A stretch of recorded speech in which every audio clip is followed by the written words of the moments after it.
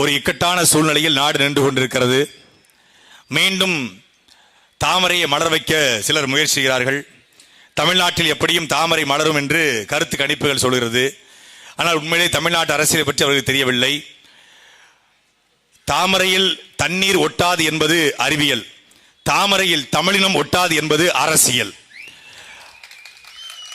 படர் தாமரை உடம்புக்கு ஆபத்து, ஆகாய தாமரை குளத்துக்கு ஆபத்து, இந்த தாமரை ஒட்டுமொத்த நாட்டிற்கே ஆபத்து என்பதுதான் நாட்டு மக்களின் முடிவு, தமிழ்நாட்டு மக்களின் முடிவு. வடநாட்டில் பாரதிய ஜனதா கட்சி 400க்கு ஜெயிக்குமா? எப்ப வடநாட்டில் தான் உன் பேர் கோபாலகிருஷ்ணன், தமிழ்நாட்டில் உன் பேர் சப்பானி அப்படிங்கிறது இந்த ஜூன் 4 உனக்கு காட்டும். கடந்த 25 நாட்களாக தமிழ்நாட்டில் போட்ட போடல, அண்ணன் சீமான் போட்ட போடல பல பழங்கள் பிளந்து விட்டது. தாமரை 2ஆ பிளந்துருச்சு, கருகி போயிடுச்சு. அதனால இந்த தேர்தல் முடிவுகள் எப்படி வரும் என்பதை கண்ணுக்கு முன்னாடி தெரிகிறது. 70 ஆண்டு காலமாக தமிழ்நாட்டை ஏமாற்றி பிழைத்திருக்கிற கோபாலபுர குடும்பம் மீண்டும் நடையை கட்டுகிற தேர்தலாக இந்த தேர்தல் இருக்கும். தமிழ்நாட்டை ஏமாற்றி பிழைத்த அதிமுகவுக்கு முடிவெட்டுகிற தேர்தலாக இந்த தேர்தல் அமையும். மீண்டும் காமராஜர் ஆட்சியை அமைக்கிற ஒரு அடித்தளமாக இந்த தேர்தல் ஜூன் 4ஆம் தேதி அதற்கான அச்சாரமாக அமையும். கருத்து கணிப்புகளை தூரை தள்ளிவிட்டு தமிழ்நாட்டு மக்கள் மிகப்பெரிய அளவில் எழுச்சியாக, குறிப்பாக இளைய தலைமுறை எல்லாரும் சொல்றான் 45 55 60 வயது வாக்காளர்களுடைய வாக்கு இவருக்கு தான் கிடைக்கும், 35 45 வயது வாக்காளருடைய வாக்கு இவருக்கு தான் கிடைக்கும். ஆனா யாருமே 18 35 வயது வாக்காளருடைய வாக்கு இவருக்கு கிடைக்கும்னு சொல்லல. ஏன்னா 18 35 வயது வாக்காளருடைய வாக்கு தமிழ்நாட்டில் மொத்தமாக அது மைக்கு சின்னத்துக்கு தான் கிடைக்கும். இதுவரைக்கும் கருணாநிதியின் பொய்யை பேசிய மைக்கு, ஸ்டாலினுடைய பொய்யை கேட்ட மைக்கு, உதயநிதி ஸ்டாலினுடைய உடல்களை கேட்ட மைக்கு, மோடியின் அண்ட புழுக ஆகாச புழுகை கேட்ட மைக்கு, அண்ணாமுடைய பொய்யை கேட்ட மைக்கு முதல் முறையாக செந்தமிழன் சீமானுடைய உண்மையை கேட்க வந்திருக்கிறது. எங்கள் முன்னோருடைய சின்னம் எண்ணம் எங்களுக்கு சின்னமாக அமைந்திருக்கிறது. இது சாதாரண மைக்கல்ல. அரசியல் என்பது மக்களுக்கான தேவையும் அதற்கான சேவையும் என்று கர்ம வீரர் காமராஜர் பேசிய மைக்கு இதே மைக்கு தான். ஓட்டுக்கு பணம் கொடுப்பவன் பாவி, அந்த பணத்தை வாங்கி ஓட்டு போடுவன் தேச துரோகி என்று தெய்வ திருமணார் முத்துராமலிங்க தேவர் பேசிய மைக்கு இதே மைக்கு தான். வெள்ளைக்காரனை எடுத்து வாவு சிதம்பரனார் பேசிய மைக்கும் இதே மைக்கு தான். எங்களுடைய இரட்டமலை சீனிவாசனாரும் அயோத்தாச பண்டிதரும் சிங்கார வேலரும் ஜீவானந்தமும் பேசிய மைக்கு எங்கள் முன்னோருடைய எண்ணம் எங்களுக்கு சின்னமாக கிடைத்திருக்க. அன்பிற்குரிய மக்களே, சீப்பை மறைத்து வைத்தால் கல்யாணத்தை நிப்பாட்டலங்கிற மாதிரி சின்னத்தை மறைச்சு வச்சா நாம் தமிழ் வளர்ச்சியை தடுத்தலாம் நினைச்சா இப்ப அந்த சின்னம் இளையவர்களுடைய கையில் சிக்கி இருக்கிறது. கிராமத்துல வாக்கு கேட்டு அண்ணன் ஹிமாயின் போயிருக்காரு தஞ்சாவூர்ல. அப்போ 4-5 பெண்கள் வந்து நாத்து நட்டுட்டு இருந்திருக்காங்க. அவங்களுக்கு சோசியல் மீடியா பார்த்து கிடையாது, பேஸ்புக் ட்விட்டர் இன்ஸ்டாகிராம் தெரியாது.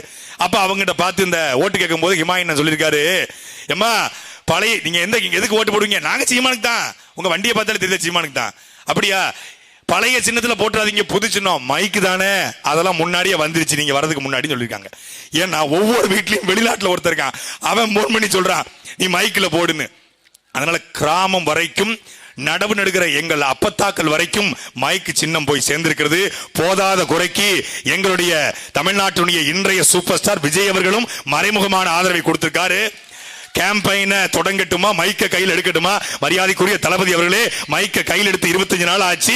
பாராளுமன்றத்தில் இந்த மைக்கில் போய் எங்களுடைய பாராளுமன்ற உறுப்பினர்கள் பேசுகிற பேச்சுக்கு மட்டும்தான் நீங்கள் எப்போது சொல்லுவீங்களே வெயிட்டிங், அதே மாதிரி we are waiting. இதுவரைக்கும் தமிழ்நாட்டிலிருந்து எத்தனையோ பாராளுமன்ற உறுப்பினர்கள் போனார்கள். திமுக போனால் திமுக வெளிநடப்பு செய்திருக்கிறது, அதிமுக போனால் அதிமுக வெளிநடப்பு செய்திருக்கிறது, காங்கிரஸ் கட்சி வெளிநடப்பு செய்திருக்கிறது, மரியாதைக்குரிய பாமக வெளிநடப்பு செய்திருக்கிறது. ஆனால் நாம் தமிழர் கட்சியுடைய நாடாளுமன்ற உறுப்பினர் தேர்ந்தெடுக்கப்பட்டு போனால் நாட்டின் பிரதமராக எவர் வந்தாலும் அவர் வெளிநடப்பு செய்வார். அப்படிப்பட்ட பாராளுமன்ற உறுப்பினர்களை தேர்ந்தெடுத்து அனுப்புகிறோம். தமிழ்நாட்டிலே திருட்டு திமுக மைக் டெஸ்டிங். தமிழ்நாட்டிலே திமுக பெரிய கட்சி என்கிறது, அதிமுக பெரிய கட்சி என்கிறது, காங்கிரஸ் பெரிய கட்சி என்கிறது, பாஜக பெரிய கட்சி என்கிறது. என்பதற்குரிய மக்களே, திமுக விடுதலை சிறுத்தைகள் கட்சி, மறுமலர்ச்சி திராவிட முன்னேற்ற கழகம், மனிதநேய மக்கள் கட்சி, மனிதநேய ஜனநாயக கட்சி, கருணாஸ் ஆதரவு, காங்கிரஸ் என்று 12 கட்சி கூட்டணி. அதிமுக, தேமுதிக, அப்புறம் எஸ்டிபிஐ என்று ஒரு 6 கட்சி கூட்டணி, பாரதிய ஜனதா கட்சி என்று அது ஒரு பாரதிய ஜனதா கட்சியோட 6 கட்சி கூட்டணி. 6 கட்சி 10 கட்சி 12 கட்சி கூட்டணி வைத்துக்கிற இவர்கள் பெரிய கட்சியா? 40 தொகுதியிலும் தனித்து போட்டியிட நாங்கள் பெரிய கட்சியா? 40 தொகுதியிலே 16 மருத்துவர்கள், 8 பொறியாளர்கள், 4 முனைவர்கள், 2 ஆசிரியர்கள், 2 சுற்றுச்சூழல் ஆர்வலர்கள், ஒரு ஜல்லிக்கட்டு போராளி என்று 40 தொகுதியிலும் பட்டதாரிகளை படித்தவர்களை களத்தில் நிப்பாட்டுகிற 20க்கு 20 பெண்களை நிப்பாட்டுகிற ஒரே கட்சி நாம் தமிழர் கட்சி. திமுகவுக்கு ஓட்டு தமிழ்நாட்டில் மட்டும் கேட்கிறான், அதிமுக ஓட்டு தமிழ்நாட்டில் மட்டும் கேட்கிறான், காங்கிரஸ் பாஜக ஓட்டு இந்தியாவில் மட்டும் கேட்கிறான். என் அன்பிற்குரிய மக்களே, நம்மளை அடக்கி ஆண்ட லண்டன் பாராளுமன்றத்தின் வாசலிலே உலகத்திலேயே சர்வதேச அளவில் பிரச்சாரம் செய்கிற ஒரே கட்சி அது நாம் தமிழர் கட்சி.